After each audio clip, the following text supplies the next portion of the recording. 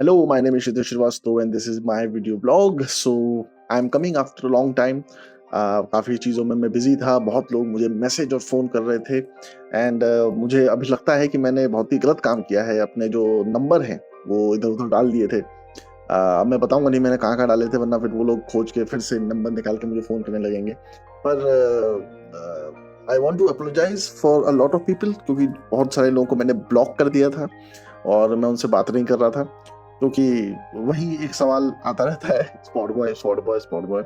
उसके अलावा बहुत सारे ऐसे बच्चे हैं जो अपने शायद सवालों का जवाब जानते हैं फिर भी मेरे को फोन करते रहते हैं just to give themselves some affirmation confirmation. और मैं उनको शुरुआत में जब शुरुआत में अक्सर फोन आता था मेरे पास तो मैं उन लोगों को समझाता था और एक घंटे तक ना मेरी बात होती थी कुछ सब्सक्राइबर से जिनको मैं समझाता था चीज़ें। बट बाद में मुझे समझ में आया कि वो एक्चुअली मेरे समझाने से उनको कुछ फ़र्क नहीं पड़ता है बिकॉज़ अगर मैं नहीं होऊँगा तो कोई और होगा जिससे वो अफ़र्मेशन माँगेंगे और वो keep and they would keep on seeking some affirmation from someone else. They are not seeking help. They say they are seeking help. They are not seeking help. They are seeking favors from me. They are seeking कि मैं उनको कोई रास्ता भी ना बताऊं, उन्हें रास्ता जानने की जरूरत नहीं है। उनको यही जानना है कि मैं उन्हें किसी का फोन नंबर दे दूं और उससे उस बंदे से भी ये बोलूं कि इस बंदे को तुरंत काम दे दो और बहुत मोटी सैलरी दे दो और ये बंदा बहुत टैलेंटेड है। वो दुनिया से बहुत कुछ एक्सपेक्ट करते हैं पर अपने से कोई एक्सपेक्टेशन नहीं है कि मुझे मेहनत करनी है अपने आप को बेटर करने के लिए या अपने आप को कुछ बनाने के लिए। वो मेहनत वो लोग नहीं करना चाहते हैं। वो बस चाहते हैं कि कोई आए और उनको चीज़ें देना शुरू कर दे जस्ट बिकॉज़ उनको लगता है कि उनको ये काम करना है।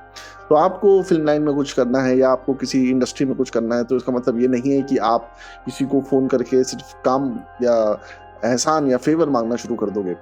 जो अक्सर लोग मेरे साथ करते हैं तो मुझे उनके फ़ोन ब्लॉक करने पड़ते हैं। कई बार मैं नहीं उठाता हूँ क्योंकि एक ही बात मैं बार-बार उन्हीं लोगों से कितनी बार करूँगा और कई बार लोग फ़ोन करके एक ही बात बार-बार करते हैं और एक ही बात बार-बार सुनना चाहते हैं।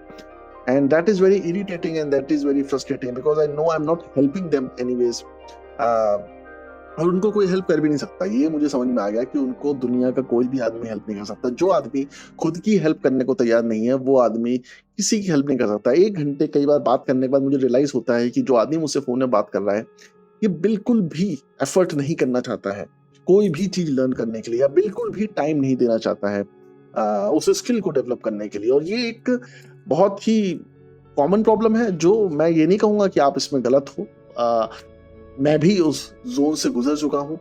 वो जो इम्पेशंस है वो मेरे अंदर भी है और वो आपकी गलती नहीं है, वो गलती है हमारे समाज की, हमारी टेक्नोलॉजिकल एडवांसेस की, जिसकी वज़ह से आपका जो स्टिमुलाई है, आपका जो दिमाग है, वो इतनी तेज़ वर्क करता है, इतना तेज़ रेस करता है कि आपको लगता है कि आपको बहुत जल्दी बहुत कुछ अचीव करना है। आप देखते हो कि 19 साल, 20 साल के, 21 साल के टिकटॉकर्स या फिर यूट्यूबर्स या फिर किसी ऐप में मतलब इस तरह की जो ऐप्स होती है उसमें वो बेवकूफ़ी हरकतें करके लाखों रुपए कमा रहे हैं। फिर बड़े-बड़े सेलिब्रिटीज़ की तरह वो होटल्स में जा रहे हैं, इवेंट्स में जा रहे हैं और पैसे कमा रहे हैं, लड़कियों से मिल रहे हैं, एन्जॉय कर रहे हैं, बीचेस पे जा रहे हैं, ट्रैवल कर रहे हैं and then you also feel कि मुझे भी ऐसा कुछ करना है, मुझे भी ऐसी लाइफ़ चाहिए। आपको ऐसी लाइफ़ तो चाहिए पर उसके पीछे जो मेहनत है, वो आप नहीं करना चाहते हो।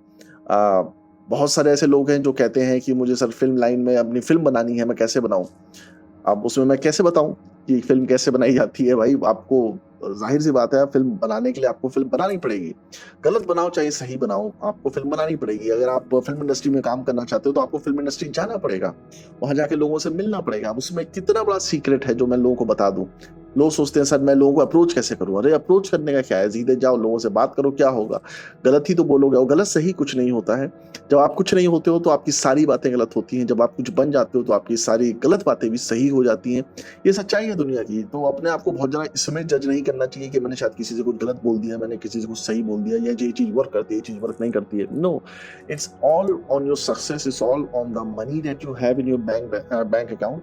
सो अगर आप सक्सेसफुल हो, अगर आपके पास ऑलरेडी पैसे हैं तो आप जो अगर चुतियापे की बातें भी करोगे तो भी लोग उसको अच्छे से लेंगे और अगर आप अच्छी बातें करोगे तो अच्छे से लेंगे ही लेंगे। सो ये जो थ्योरी है आप लोगों की कि मैं 20 साल में ही बहुत ज़्यादा सक्सेसफुल हो जाऊँ, that is not going to work because मैं आपको सच्चाई बताता हूँ, जिस तरह से हमें लगता है चीज़ें होती हैं और जिस तरह से एक्चुअली में चीज़ें होती हैं, उसके बीच में बहुत ज़्यादा डिफ़रेंस है। जब मैं लोगों के बारे में पता करता हूँ जो सक्सेसफुल लोग हैं, तो पता चलता है कि बहुत सारे ऐसे यूट्यूबर हैं जो बहुत सक्सेसफुल हैं। वो इसलिए भी सक्सेसफुल हैं क्योंकि उसके पीछे कोई एक सिंपल रूट नहीं था कि उन्होंने hard work, perseverance, talent face किया। ऐसा नहीं है, कुछ लोगों के पास ऑलरेडी पैसे थे। तो आप कई ट्रैवलर्स को देखते हो जो ट्रैवल करते हैं, अरे ट्रैवल व्लॉग बनाने के लिए भी आपके पास ट्रैवल करने के लिए इनफ टाइम होना चाहिए, इनफ पैसा होना चाहिए। मैं कह रहा हूँ पैसा है पर टाइम भी होना चाहिए, और ये दोनों चीजें उसी के पास होंगी जिसने वो या तो पैसा इनहेरिट किया है या ऑलरेडी उसके पास है। तो ये वही कर सकता है ना। आप जैसे स्टॉक मार्केट में बहुत सारे यूट्यूबर्स बैठे हैं कि मैंने 25 लाख लगा दिया, मैंने 4 लाख रुपए वेस्ट कर दिया। अरे उसके लिए उतने पैसे होने भी तो चाहिए। बहुत सारे ऐसे लोग हैं इंडिया में, 95 टू 96% लोग साल का 2 लाख से 3 लाख रुपए भी नहीं कमाते हैं, जो इनकम टैक्स ब्रैकेट के नीचे हैं। इंडिया में 3% लोग ही इनकम टैक्स देते हैं। अगर सब लोग जो इनकम टैक्स ब्रैकेट से ऊपर है वो टैक्स देने लगे तो भी वो आंकड़ा 6% से ऊपर नहीं जाएगा।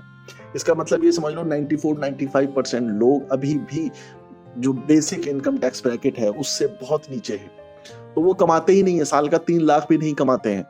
सो वो लोगों को जब आप ये आइडिया देना शुरू करते हो कि तुम अपना स्टॉक मार्केट में शुरू कर दो, चैनल ब्लॉग शुरू कर दो, मोबाइल से ये बना लो, तो वो चीज वर्क नहीं करती। और बहुत लोग कोशिश भी करते हैं पर रिजल्ट वैसे नहीं आते। वो सोचते हैं हम रातों रात वायरल हो जाएंगे, पर वो वायरल नहीं होते। पर कुछ ऐसे यूट्यूबर्स, टिकटॉकर्स आपने देखे होंगे जो वायरल हो जाते हैं, जो गाँव देहात से हैं, वायरल हो जाते हैं, पर फिर वो कहीं गायब हो जाते हैं क्योंकि वो हैंडल नहीं कर पाते उस चीज को, क्योंकि उनको पता ही नहीं होता है कि वो सक्सेसफुल क्यों हो रहे हैं। पर मैं ऐसे कुछ यूट्यूबर्स को जानता हूँ जिनके पास बहुत पैसा है और वो सिर्फ कुछ ही वीडियोस डालते हैं और वो सक्सेसफुल हो जाते हैं। उनके जो सब्सक्राइबर्स हैं 100K 200K पहुंच जाते हैं, और उसके पीछे भी कहीं ना कहीं पैसा लगा होता है। मैं ये नहीं कह रहा हूँ कि फ्लूक्स नहीं होते, मैं ये नहीं कह रहा हूँ कि ऐसे लोग नहीं हैं मार्केट में जो मेहनत करते हैं और सक्सेसफुल हो जाते हैं। मैं ये कह रहा हूँ कि जो ज्यादातर लोग हैं उनके पीछे कहीं ना कहीं कोई बैकअप होता है। हो सकता है आपके पास ना हो। और मेरे जो चैनल में देखने वाले हैं मोस्टली लोग, जो जैसा कि मुझे लगता है वो वही लोग हैं जो हेल्प सीख कर रहे हैं, जिनके पास पैसा नहीं है। और जितने लोग का मेरे पास फोन आता है, पहला स्टेटमेंट यही होता है कि सर हमारे पास पैसा नहीं है। अगर पैसा नहीं है तो पहले पैसा कमाने का सोचो। एक बंदे ने तो मुझे फोन भी किया था कि सर मेरे पास पैसे नहीं है पर मैं सोच रहा हूँ 5 साल जॉब कर लूं और उसके बाद पैसा कमा के फिल्म लाइन में जाऊं। अच्छा, उसके पास सोल्यूशन भी है, पर वो मुझसे आई डोंट नो क्या सुनना चाहता था। सो आई सेड कि हाँ सही डिसीजन है, सही डिसीजन लिया है। बट आई नो कि वो सिर्फ मेरे से डिस्कस नहीं करेगा, वो और भी लोगों को फोन करेगा, उनसे ये सेम चीज पूछेगा, जबकि उसके पास सोल्यूशन है, उसको रास्ता पता है। अब इन सब के बीच में एक चीज आती है जिसको कहते हैं अंडर कॉन्फिडेंस। बहुत टाइम पहले की बात है कि मैं एक फिल्म की शूट पे था एज असिस्टेंट डायरेक्टर, और वहां पे एक डायरेक्टर मुझे मिले थे और वो मेरे से बहुत इम्प्रेस थे और मुझसे कहते थे क्षितिज तुम्हारे पास बहुत नॉलेज है, तुम बहुत पिक्चरें देखते हो, मतलब तुम सक्सेसफुल नहीं होगे तो मुझे बहुत अजीब सा लगेगा। बट उनको उतनी नॉलेज नहीं थी, उनकी इंग्लिश भी बहुत अच्छी नहीं थी, बट वो उस फिल्म के डायरेक्टर थे। और उन्होंने मुझे एक बार वैनिटी वैन में हम लोग ऐसे बैठे गप्पे मार रहे थे, तो उन्होंने मुझे एक बात बोली थी कि क्षितिज तुम्हारे और मुझ में सिर्फ एक ही डिफरेंस है, और वो ये है कि तुम्हारे अंदर कॉन्फिडेंस की कमी है और मेरे अंदर ओवर कॉन्फिडेंस है। और वो कॉन्फिडेंस है जिसकी वजह से मैं हर जगह सक्सेसफुल हो जाता हूँ, तुम नहीं हो पा रहे हो जितना तुम चाहते हो उतना। और मेरा जो लैक ऑफ कॉन्फिडेंस है उसके पीछे जो कारण था, जो अभी भी है, ऐसा नहीं है कि मैं बहुत कॉन्फिडेंट किस्म का आदमी हूँ, ऐसा नहीं है। जो मेरे लैक ऑफ कॉन्फिडेंस के पीछे कारण था वो मेरे बचपन की अपब्रिंगिंग है कहीं ना कहीं। वो एक थ्योरी है जो मेरे दिमाग में प्रोग्राम कर दी गई थी, और वो ये था कि if you want to be better at something you have to study hard. अब जैसे कि मैं एक श्रीवास्तव हूँ, एक कायस्थ हूँ, तो कायस्थों में पढ़ाई पे बहुत जोर दिया जाता है। हमारे पूरे क्लैन में श्रीवास्तव जो कायस्थ क्लैन है, सिन्हा वर्मा इसमें आते हैं, इसमें कहीं पे भी बिजनेस पे जोर नहीं दिया जाता है। तो मैंने जब अपना बिजनेस स्टार्ट किया तो बहुत श्रीवास्तव लोगों के मुझे इसलिए फ़ोन आए कि आप श्रीवास्तव होकर बिजनेस कैसे कर रहे हो, क्योंकि ये श्रीवास्तव लोगों में बिजनेस होता नहीं है, तो आप कैसे मैनेज कर रहे हो उसको और क्यों कर रहे हो उस चीज को। तो मेरे पास ऐसा कोई जवाब नहीं था, क्योंकि मुझे लगता था कि बिजनेस तो एक नॉर्मल चीज है जो कोई भी कर सकता है, पर ऐसा नहीं है। बहुत लोग बिजनेस नहीं करते हैं जो श्रीवास्तव में होते हैं, आप नहीं देखोगे श्रीवास्तव लोग बिजनेस करते हुए। So that is one thing that I realised, that there are certain things which are programmed into your mind during upbringing, and that becomes a part of your structure and you cannot change that। आपके लिए वो change करना बहुत मुश्किल होता है, बहुत समय लगता है। मैंने बहुत टाइम दिया है अपने आप को चेंज करने के लिए और उस लेवल पे पहुंचने के लिए जहां मेरा दिमाग बचपन की जो प्रोग्रामिंग उसे चेंज हो। और वो प्रोग्रामिंग होती है आपके पेरेंट्स के थ्रू, आपके स्कूल टीचर्स के थ्रू, आपके आसपास के लोगों के थ्रू, आपके फ्रेंड्स के थ्रू, जहाँ पे आपको कुछ चीजें बताई जाती हैं जिसको आप अपने लाइफ की बिलीफ्स मान लेते हो और आप उसको चेंज नहीं कर पाते हो। आपको ये बताया जाता है कि अगर आप किसी से अच्छे से बात करोगे तो वो आपसे अच्छे से ही बात करेगा, पर जब आप बड़े होते हो और मार्केट में निकलते हो और आप किसी से अच्छे से बात करते हो और आपसे अच्छे से बात नहीं करता है, तो आपको समझ में नहीं आता है कि ऐसा क्यों हो रहा है, क्योंकि आप आपको तो ये बताया गया था कि ये रूल है कि कोई अच्छे से बात करोगे तो किसी से अच्छे से बात करोगे तो वो आपसे अच्छे से ही बात करेगा। अब आपको समझ में नहीं आता है कि ऐसा क्यों हो रहा है आपके साथ, and that is where the conflict happens. So यहाँ पे मुझे एक चीज बहुत लेट समझ में आई, वो ये है कि नो मैटर व्हाट पीपल से, the only thing that matters is that the end should justify the means. बहुत लोग इसे सही नहीं मानते। जो न्यू थॉट प्रोसेस आया था यूएस में 19 beginning of 20th century 1920s 1930s में, उसमें बार बार इस चीज को फोकस किया गया था कि एंड शुड जस्टिफाई मीन्स। और अभी जब मैं सिलिकॉन वैली की कुछ किताबें पढ़ता हूँ सक्सेस के बारे में, तो मुझे भी ये पता चलता है कि एंड शुड जस्टिफाई मीन्स आपके रिजल्ट सही आ रहे हैं तो that matters more than the process through which you are attaining them. Of course, the process has to be legal. I'm not talking about ethics and moralities. I'm talking about the legal process. The legal process, it has to be a legal process. अगर आपको पैसा चाहिए तो आप कोई भी तरीके से पैसा ले सकते हो। सिर्फ इतना जानना है आपको कि लीगल होना चाहिए वो प्रोसेस। मतलब ये नहीं कि पैसा कमाने के लिए कि मैं बोल रहा हूँ कि एंड इंपॉर्टेंट है तो पैसा कैसे भी आए तो आप जाके बैंक चोरी करने लगो या किसी का मर्डर करने लगो या किसी घर पे रॉबरी करो। That is wrong, that is illegal. So anything that is found in the definition of law, that is with in the perimeters of legal boundaries, आप उसको कर सकते हो पैसा कमाने के लिए। इसमें एथिक्स और मोरालिटी को लेके मत आना, क्योंकि मैंने ऐसा फिगर आउट किया है, ऐसा मुझे लगता है कि एथिक्स एंड मोरालिटी सिर्फ मिडिल क्लास को पुल आउट करने के लिए बनाए गए हैं, वही यूज करते हैं। जैसे सालों पहले क्या होता था कि राजा महाराजा, हिंदू हो मुसलमान हो कोई भी हो, 40-40 रानियां हैं, 50-50 रानियां हैं, और जो गरीब लोग होते थे उनके भी अलग अलग अफेयर्स होते थे, 4-4 5-5 बीवी रख लेते थे। पर जो मिडिल क्लास होता था उसको स्ट्रिक्ट हिदायतें होती थी कि आप एक ही शादी करेंगे, आप इसी तरह जिएंगे, इतने ही पैसों में जिएंगे, इतना ही काम करेंगे, आपको टैक्स भरना है, आपको ये करना है। सारा बर्डन जो था वो मिडिल क्लास के ऊपर था, और आज भी जितना बर्डन है वो सारा मिडिल क्लास के ऊपर ही है। तो सारा एथिक्स एंड मोरालिटीज का जो क्या कहते हैं मटका है वो मिडिल क्लास के ऊपर ही डाला जाता है, और उनको ही ये बताया जाता है कि तुम्हें इस तरह से रहना है। बड़े लोगों के लिए कोई रूल नहीं होता है, छोटे लोगों के लिए कोई रूल नहीं होता, ये सारे रूल्स मिडिल क्लास के लिए होते हैं, और उसमें एथिक्स एंड मोरालिटी सबसे ऊपर आता है। अब जैसे मैं आपको एक सिंपल सा एग्जांपल देता हूँ कि मैं कई बार जैसे शूट्स पे गया या कई जगह मैंने काम किया, तो वहाँ पे मैंने जैसे मुझे बताया जाता था कि लीडरशिप की खासियत ये होती है कि आप लोगों से अच्छे से बात करो, उनको मोटिवेट करो, उनको आगे बढ़ने के लिए प्रेरित करो, और हमेशा उनसे इज्जत के साथ बात करो, और इस तरह की जो चीजें हैं जो आपको बताई जाती हैं कि इस तरह अच्छे से बात करो, then the results are much better. But when you are actually on field, when you are actually working with someone and you try those things and the result don't come. अगर आप किसी से अच्छे से बात करते हो तो कल आपका जूनियर जो है कल आपके कंधे पे हाथ रख देगा और आपसे गप्पे मारने लगेगा और काम नहीं करेगा, तो आप उसको फोर्स नहीं कर पाओगे क्योंकि आप उससे अच्छे से बात कर रहे हो। तो अब आप उस जोन को तोड़ नहीं पाओगे, because you think that he thinks very highly of you. तो आप उसको तोड़ नहीं पाओगे। अगर वो कुछ नहीं कर रहा है, छुट्टी ले लेता है, तो आप उसे मना भी नहीं कर पाओगे। पर जब आप एकदम से गाली देना शुरू कर देते हो, आप डांटना शुरू कर देते हो और सडनली रिजल्ट्स आने लगते हैं, तो आपको समझ में आता है कि यार ये जो चीजें जो बताई गई थी और जिस तरह से हो रही हैं उसमें बहुत डिफरेंस है। मैं लोगों को डांटता हूँ, गाली देता हूँ और फोर्स करता हूँ तो चीजें हो जाती हैं।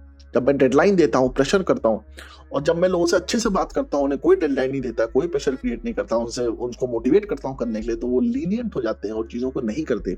तब एक जो कॉन्फ्लिक्ट क्रिएट होता है, तब आपको समझ में आता है कि ओके चीजें उस तरह से वर्क नहीं करती जिस तरह से आप सोचते हो उस तरह से वर्क करती हैं। जब आप स्टैटिस्टिकल एनालिसिस करते हो, जब आप फैक्ट्स समझने की कोशिश करते हो, तो आपको समझ में आता है कि जितने सालों में जितने भी असिस्टेंट डायरेक्टर्स हैं उसमें से 0.01% ही डायरेक्टर बन पाए हैं, बाकी सब के सब असिस्टेंट ही रह गए हैं। तो मोस्टली जो असिस्टेंट जो डायरेक्टर बने भी हैं, इवन साउथ इंडस्ट्री में भी आप जाओगे उसमें मोस्टली मैं मोस्टली का इस्तेमाल इसलिए कर रहा हूँ क्योंकि ऑलरेडी ऑफ कोर्स एक्सेप्शन हर जगह होते हैं, और कमेंट बॉक्स में लोग 1-2 एक्सेप्शंस मेंशन करके मुझे गाली देने की कोशिश करते हैं कि सर आपने बोला था। सर तो नहीं, खैर गालियां देते हैं तो फिर सर क्या लगाएंगे, तो तूने ये बोला था, तो देख ये इस बंदे ने ऐसा किया है, इस बंदे ने भी ऐसा किया। तो 1-2 एक्सेप्शंस हर जगह होते हैं, पर हमें एक्सेप्शंस कई बार इग्नोर करने पड़ते हैं। क्यों? क्योंकि 1-2 एक्सेप्शंस तो हर जगह होते हैं, इवन साइंस में होते हैं। कोई भी लॉ ऐसा नहीं है जिसका एक्सेप्शन मौजूद ना हो, और कोई भी दुनिया का लॉ है, उसका कोई भी साइंस है, कोई भी ऐसा एक्सपेरिमेंट है, उसमें जब इन्फेरेंस निकालते हैं, तो उसमें किसी भी एक्सपेरिमेंट को जब हम करते हैं लेबोरेटरी में, तो उसमें जो ऑब्जर्वेशंस और इन्फेरेंसेस होते हैं, कंक्लूजन्स निकालते हैं उसके बेसिस पे, उसमें हमेशा हमने ऐसा फाइंड किया है कि अगर 20 बार हमने एक एक्सपेरिमेंट को रिपीट किया है तो 2-3 बार वो फेल हुआ है, पर अगर वो 17 बार भी सक्सेसफुल हुआ है, then on the law of average वो सक्सेसफुल है। अगर वो 20 बार 20 में से 2 बार सक्सेसफुल हुआ है, 18 बार फेल हुआ है, देन उसका लॉ ऑफ एन एवरेज ये होगा कि वो फेल हुआ है। सो most of the assistant directors who have become directors, who have went on to become directors, were earlier somehow were connected to the film industry, or were person who were the sons of rich people, and who has access to world cinema, and who has access to multiple film institutes, and who has access to multiple film production house, and rich people with whom they can sit and do things. So do not always blame yourself for you not becoming something, because you have to set up a game for yourself. जो लोग भी जिनको ऐसा लगता है कि they are not very successful and they are unable to find ways, जो बहुत सारे बच्चे हैं जो मुंबई जाते हैं, फिर मुंबई से मुझे फोन करते हैं कि सर मैं मुंबई आ गया, अब आगे क्या करूं। इस लाइक कि मैं उनका बाप हूं जो उनको बताऊंगा कि आगे बेटा क्या करना है। तो तो बेसिकली जो आप मुंबई पहुंच जाते हो, ऑफ कोर्स आपको रास्ते नहीं पता है। जब आप स्कूल जाते हो तो आपको थोड़ा पता होता है कौन सा, आपके पापा थोड़ा लेके जाते हैं आपको कि बेटा वो टॉयलेट है, वो देखो वहाँ पे प्लेइंग ग्राउंड है, वहाँ पे वो है, वहाँ पे वो है। You go and discover yourself. आप अपने हिसाब से उसको डिस्कवर करते हो। आप कॉलेज जाते हो तो पापा पे कॉलेज में एडमिशन करा देते हैं, पर उसके बाद तो आपको खुद जाके एक्सप्लोर करना पड़ता है ना, नए लोगों से मिलना पड़ता है, नई जगह देखनी पड़ती है, बातें करनी पड़ती हैं। तो उसी तरह सिमिलरली जब आप मुंबई जाते हो, you don't know anyone, you don't know any place, go and explore the place, go and meet people. It's a city of, I think 2-3 crore लोग तो होंगे ही वहाँ पे, ज्यादा भी हो सकते हैं, कम हो सकते हैं। मुझे स्टैटिस्टिकल एनालिटिक्स नहीं पता है उसके कि पॉपुलेशन कितनी है वहाँ की, और 2 करोड़ 3 करोड़ लोग तो होंगे ही ना वहाँ पे। क्या एक आदमी से भी तुम बात नहीं कर सकते? क्या एक आदमी से भी तुम दोस्ती नहीं कर सकते? एक महीना मुंबई में रोड पे टहलोगे, तुम्हारी 10 लोगों से बात हो जाएगी। 10 क्या, मैं तुम्हें बताता हूँ, 10 तो मिनिमम बता रहा हूँ, 60-70 लोगों से बात होगी डेली बेसिस पर। 2-3 लोगों से तुम वड़ा पाव वाले से बात कर रहे हो, सिक्योरिटी गार्ड वाले से बात कर रहे हो, किसी से बात कर रहे हो, तुम्हारे बैठे बैठे दोस्ती हो जाएगी। इवन जिस आदमी के यहाँ से तुम रोज राशन लेके आ रहे हो, दूध लेके आ रहे हो, उससे तुम्हारी दोस्ती हो जाएगी। जिस गुमटी में तुम रोज चाय पी रहे हो, उससे तुम्हारी दोस्ती हो जाएगी। That's how you increase your network. इसके बारे में आगे बात करूंगा किस तरह से, किसी और वीडियो में बात करूंगा कि किस लोगों से दोस्ती करनी चाहिए और किन लोगों से दोस्ती नहीं करनी चाहिए। बट इस वीडियो में ये बताना चाहता हूँ कि जो सेल्फ कॉन्फिडेंस है वो बहुत इंपॉर्टेंट है, उसको लूज नहीं करो। और ये मत समझो कि just because you are not becoming successful तो उसके पीछे you are the only one who should be, who is the one who is guilty. जैसे कई बार लोग वीडियोस बताते हैं ना कि always blame yourself for everything, but the thing is it works in times when you are very self-confident person, but at times when you are not that self-confident. So your advice है कि blame yourself for everything that is happening to you. It actually makes you feel depressed and gives you some kinds of anxiety कि आपको लगता है कि यार सारी गलतियां तो मेरी हैं। तो कई बार आप फिर रीजंस नहीं देखते हो उस चीज को समझने के। जैसे कि मैं जब लॉ ऑफ अट्रैक्शन के बारे में पढ़ता था, सीक्रेट देखी थी मैंने, तो उसमें लिखा था कि हर चीज जो आपकी हुई है लाइफ में, आप उसके लिए समझो कि आप ही जिम्मेदार हो। तो मैंने कहा हाँ यार मैं ही जिम्मेदार हूँ। Of course a part of me was responsible for it, but then I realise कि I am not the only one who was responsible for it. There is much more to it than just saying that I am the one responsible for it.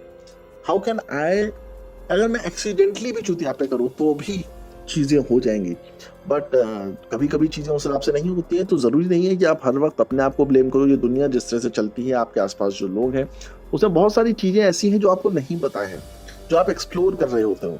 Positive रहना अच्छी बात है, रहना भी चाहिए positive, but if you don't analyse your failures and the reasons behind it, and if you be over positive and over optimistic about everything that is happening, you will never be able to realize what mistakes you're doing, and that is the biggest cause of failure. Why? I will tell you why. You have to learn from the past action that you have done. Otherwise आप उसको दोबारा करोगे, तिबारा करोगे, चौबारा करोगे, और बार बार करते रहोगे, और बार बार इसी चीज पे इरिटेट हो गए कि मैं कर तो वही रहा हूँ जो मुझे लोगों ने बोला है, कर तो वही रहा हूँ जो बुक्स में लिखा है, कर तो वही रहा हूँ जो सही है, जो एथिकल है, जो कॉमन सेंस के हिसाब से सही होना चाहिए, बट रिजल्ट क्यों नहीं आ रहे? तो रिजल्ट जानने के लिए आपको देखना पड़ेगा कि दूसरे ऐसा क्या कर रहे हैं कि उनके रिजल्ट आ रहे हैं और आपके नहीं आ रहे। इससे फर्क नहीं पड़ता है कि आपको कितनी नॉलेज है किस फील्ड में, फर्क इससे पड़ता है कि आप इंटरनली कितने काम्ड हैं, इंटरनली कितना पेशेंस है आपके अंदर, इंटरनली कितना आप अपने आप को इज्जत देते हैं। बहुत सारे लोग अपने आप को इज्जत ही नहीं देते। आधे लोग तो अपने आप को लेके क्रिप करते रहते हैं, अपने पेरेंट्स को लेके क्रिप करते रहते हैं, अपनी फैमिली को लेके क्रिप करते रहते हैं, अपनी सिचुएशंस को लेके क्रिप करते रहते हैं, उससे क्या कोई रिजल्ट निकलेगा? I don't think so. मुझे नहीं लगता कि उससे कोई रिजल्ट निकलेगा। So do not call me, do not message me, do not subscribe to this channel. If बहुत सारे लोग हाँ ये भी धमकी देते हैं मुझे कि सर मैं आपके चैनल का सब्सक्राइबर हूँ और मैंने आपके सारे वीडियोस देखे हैं। ये लाइन यूज करना बंद कर दो। मैंने 600 से ऊपर वीडियो बनाए हैं, आपने नहीं देखे हैं। कुछ वीडियो तो इतने बोरिंग हैं जो मैं खुद नहीं देख सकता, मुझे पता है कि आपने नहीं देखे हैं। तो ऐसे स्टेटमेंट इशू मत करो जिसको सुनने के बाद मुझे कंफर्म हो जाए कि तुमने मेरे घंटा छांट एक वीडियो नहीं देखा है, 2 वीडियो देख के तुमने मुझे फोन कर दिया, जो कि फॉर्चुनेटली तुम्हें वो 2 वीडियो मिल गए थे जिसमें मेरा नंबर पड़ा हुआ है और मैं उनको हटा नहीं पा रहा हूँ, क्योंकि इतने सारे वीडियोस में से वो देखना मेरे लिए इम्पॉसिबल हो रहा है कि टाइम नहीं मिल पाता। बहुत टाइम लगेगा कि वो वीडियोस देखूं जिसमें नंबर मेरा पड़ा हुआ है, फिर वहां से उसको हटाऊं, डिलीट करूं। तो मैं सोचता हूँ रहने दो यार, कौन करे। वो नंबर भी मैं धीमे धीमे डिलीट ही कर दूंगा जो पड़ा हुआ है, क्योंकि वो मैं दूसरी जगह इस्तेमाल कर रहा था वो नंबर, तो मैं उसे डिस्पोज नहीं कर पा रहा हूँ। दोनों नंबर मेरे ऐसे हैं कि जो मेरा मुंबई का नंबर है, जो दूसरा नंबर मैंने लिया है, वो दोनों नंबर ऐसे हैं कि कई जगह मैंने उनको रजिस्टर किया हुआ है, तो उसमें ओटीपीज आते हैं, उसमें उसके रजिस्ट्रेशन है कई जगहों पे। तो मैं और आजकल के टाइम में मोबाइल फोन चेंज करना बहुत मुश्किल है, क्योंकि आपको पता नहीं है आपने कहाँ का रजिस्टर कर रखा है, किन किन जीमेल आईडीज पे रजिस्टर कर रखा है, कौन कौन से जगह पे नोटिफिकेशन दे रखे हैं, कौन कौन सी कंपनीज में वो फोन नंबर रजिस्टर्ड है। और मेरे साथ ऐसा हो चुका है कि एक नंबर था मेरे पास जो मैंने कई जगह रजिस्टर किया हुआ था, मुझे याद भी नहीं था, मैंने वो नंबर डिस्पोज कर दिया। फिर वो नंबर किसी और ने ले लिया, तो वो नंबर दोबारा नहीं ले सकता था और बाद में बहुत प्रॉब्लम होती थी, क्योंकि ओटीपीज और कई अकाउंट्स मेरे उससे लिंक्ड अप थे। सो अब वो चीज़ पॉसिबल नहीं है कि आप बहुत फ्रीक्वेंटली नंबर चेंज कर सको। तो कहने का मतलब ये है कि अगर आप इसलिए मेरा चैनल सब्सक्राइब करते हैं या मेरे वीडियोस देखते हैं कि मेरे वीडियोस देखने के बाद आप मुझे फ़ोन करो और मुझे बोलो कि मैंने आपके चैनल को सब्सक्राइब किया है, मैंने आपके वीडियोस देखे हैं और मैं आपसे ये हेल्प चाहता हूँ और आपको करनी पड़ेगी क्योंकि मैं आपका सब्सक्राइबर हूँ, then don't subscribe to my channel.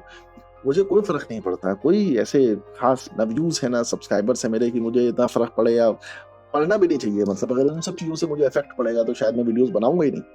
मुझे इन सब चीज़ों से कोई फ़र्क नहीं पड़ता। Don't bullshit when you call people, not just me, not in just my case, मतलब मेरे केस में नहीं, मतलब ये करने के बाद आप कहीं भी सक्सेसफुल नहीं हो सकते। आप किसी को भी फ़ोन करो and don't make it turn it into an attitude. If you are talking to me और some other person, think from their perspective what you are saying about it. Like मैंने मेरा एक फ्रेंड था जो मुझे बोलता था कि मैं भोजपुरी फिल्मों का बहुत बड़ा फैन हूँ, और उसने मुझे एक दिन बोला कि मैंने एक फिल्म, तो मैंने उसे बताया कि भोजपुरी के बहुत बड़े डायरेक्टर हैं जो मेरे बहुत अच्छे दोस्त हैं। तो उसने बोला हाँ यार उनसे मुझे मिलवा दे, ऐसा वैसा करके। मैंने कहा ठीक है। मैं एक दिन वो डायरेक्टर मेरे घर पे आए थे मिलने के लिए, तो मैंने जाके मिलवा दिया। वो भोजपुरी के बड़े डायरेक्टर हैं, उन्होंने बहुत बड़ी बड़ी फिल्में बनाई हैं बड़े बड़े सुपरस्टार्स के साथ। तो जब मैंने मिलवाया उसको तो वो झूठ बोलने लगा कि मैंने आपके साथ ये फिल्म देखी है, बहुत बढ़िया है, वो फिल्म देखी है, बहुत बढ़िया है, वो फिल्म देखी है, बहुत बढ़िया है।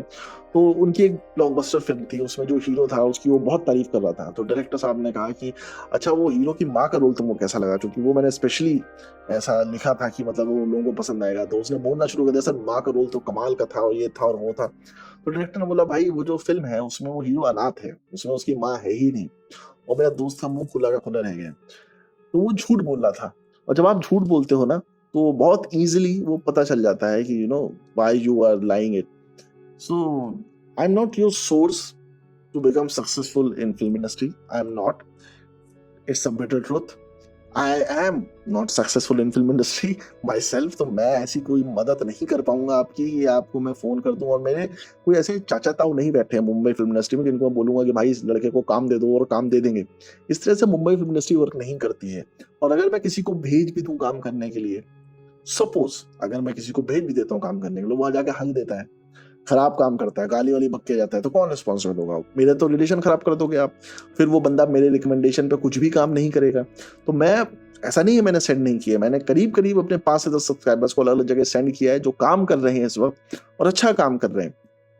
पर मैं उन्हीं को सेंड करता हूँ जिनकी बातों से मुझे लगता है कि ये बंदा सिंसियर है, और जिनकी बातों से मुझे लगता है ये बंदा कुछ करेगा, ये कुछ करना चाहता है, जो स्टेप्स ले रहा है, जो एक्शन ले रहा है, और जिसके पास सेंस है, जो मेहनत करने को तैयार है, जिसको मैं कुछ काम बताता हूँ तो वो करता है। तो मैं क्या करता हूँ, मैं टेस्ट करता हूँ।